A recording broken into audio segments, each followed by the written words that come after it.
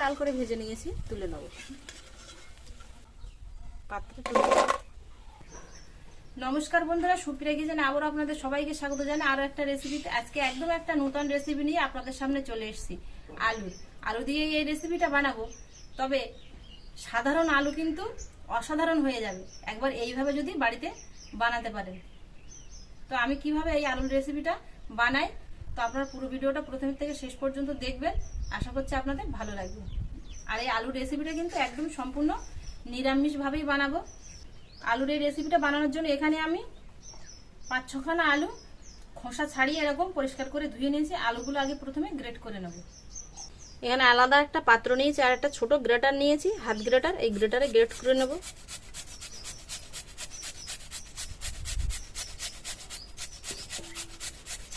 এই রেসিপিটা বানানোর জন্য কিন্তু আলুটা গ্রেট করে নিতে হবে।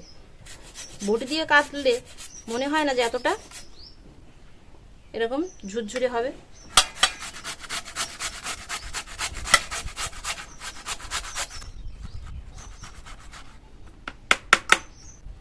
আলুগুলো ঠিক আমি এরকম করে গ্রেট করে নিয়েছি, একদম কিন্তু মিহি হয়ে যায় না, আবার একদম মোটা মোটা নেই।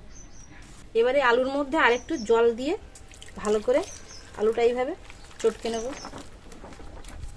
এবার এখানে একটা আলাদা পাত্র নিয়েছি, এই পাত্রের উপরে একটা নেট রেখে আলুটা ঢেলে দেবো।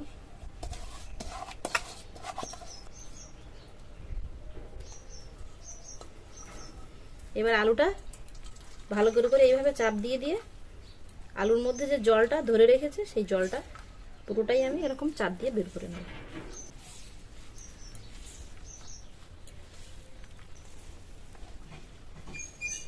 চাপ দিয়ে জল বের করে নিয়েছি, আর কিন্তু জল বেরোচ্ছে না খুব একটা, 2-1 ফোঁটা বেরোচ্ছে। একটা আলাদা পাত্রে আবার ঢেলে নেব। এবার এর মধ্যে কিছু উপকরণ মিশিয়ে নেব। দিয়ে এর মধ্যে কুচি করে রাখা ধনে পাতা দিয়ে দেবো, আর দিয়ে দেবো একদম ছোট ছোট করে কুচি করে রাখা কাঁচা লঙ্কা, আর এরকম সামান্য পরিমাণে আদা নিয়েছি, একটু গ্রেট করে দেবো, অল্প দেব।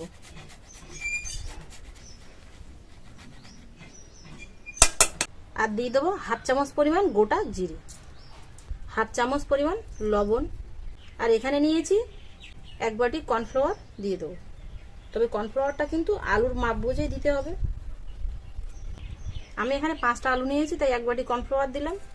এবার সব কিছু দিয়ে ভালো করে মিশিয়ে নেব।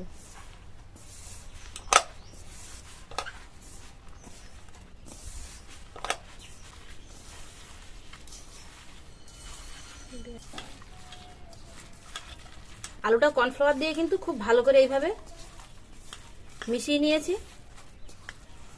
এবার এখানে দেখুন আমি ফ্রিজের যে জল বসানো হয় না, সেই জল বসানোর এরকম একটা খাম নিয়েছি। এই খামের মধ্যে ছোট ছোট করে ভরে দেবো।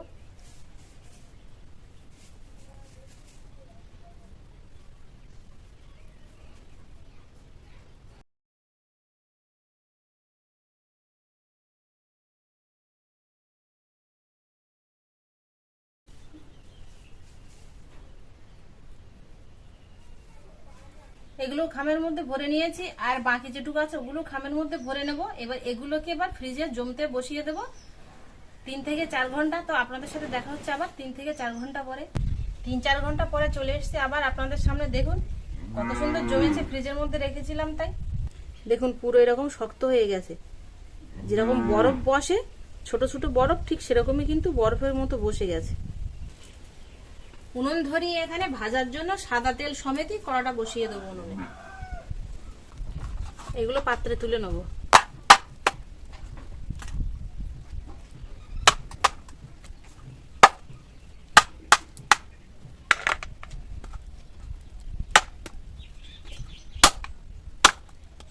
সবগুলো তুলে নিয়েছি, গরম তেলে ছেড়ে দেবো।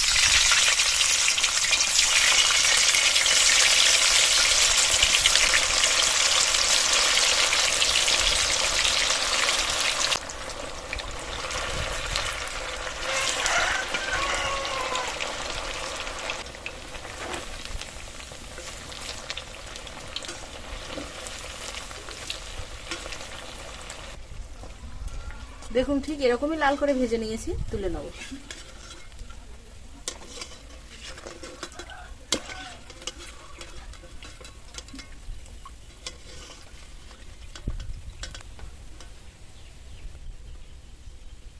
দেখুন বন্ধুরা কালারটা কতটা সুন্দর এসছে আলুর স্ন্যাক্স গুলোর। পাত্রে তুলে কতটা মুচমুচে হয়েছে দেখুন আলুর স্ন্যাক্স গুলো। উপরটা কিন্তু মুচমুচে হবে আর ভেতরটা নরম থাকবে। দেখুন ভেতরটা কিন্তু এরকমই নরম আছে, তবেই খেতে ভালো লাগবে।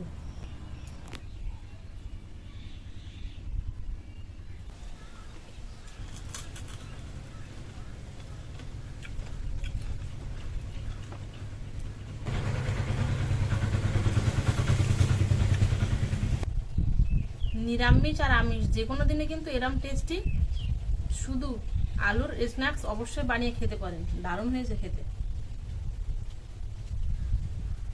বাড়িতে তেমন কিছু আয়োজন নেই, হঠাৎ যদি কোনো কিছু ভাজাভুজির খাবার ইচ্ছে হয় তো এরকম খুব সহজে বানিয়ে নিতে পারবেন।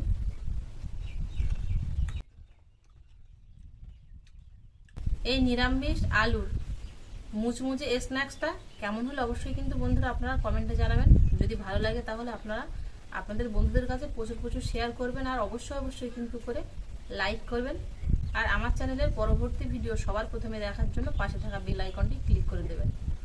এতক্ষণ আমার সঙ্গে থাকার জন্য আপনাদের অনেক অনেক ধন্যবাদ। আবারও দেখা হচ্ছে আপনাদের সাথে পরে নতুন কোনো রেসিপিতে। ততক্ষণ আপনারা সবাই ভালো থাকবেন, সুস্থ থাকবেন।